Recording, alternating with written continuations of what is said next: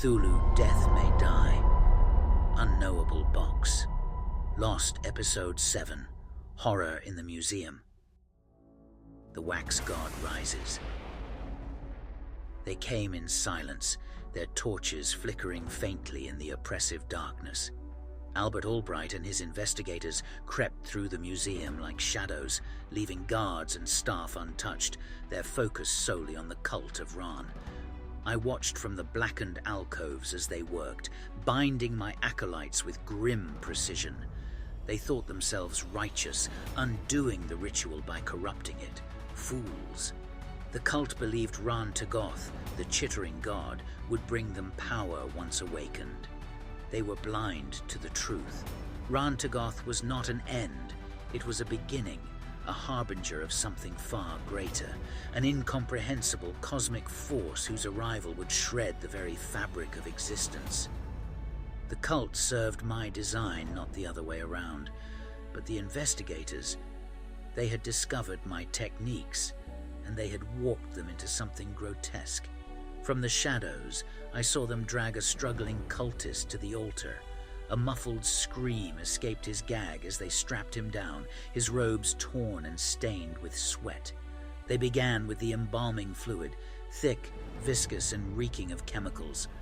The leader uncorked a glass vial, and the room filled with the acrid tang of formaldehyde and preservation oils.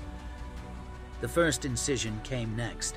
A blade glinted in the dim light before slicing across the cultist's chest in a jagged, uneven line. Blood poured freely, pooling beneath him as his muffled cries turned into desperate, choked sobs. The investigators didn't flinch.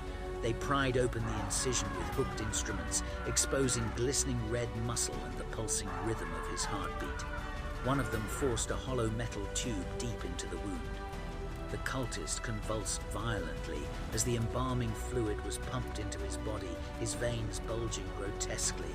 The fluid spread quickly, turning his blood a sickly, translucent grey as it coursed through his system. His skin stretched tight, pale and waxy, as though death were consuming him from the inside out. The air thickened, humming with an electric charge. The waxen effigy began to crack, sharp fractures spreading like veins across its surface. Chunks of wax fell away, revealing pulsating, glistening flesh beneath. A low, chittering sound echoed through the halls, growing louder, more alive. Rhan-Tegoth was awakening.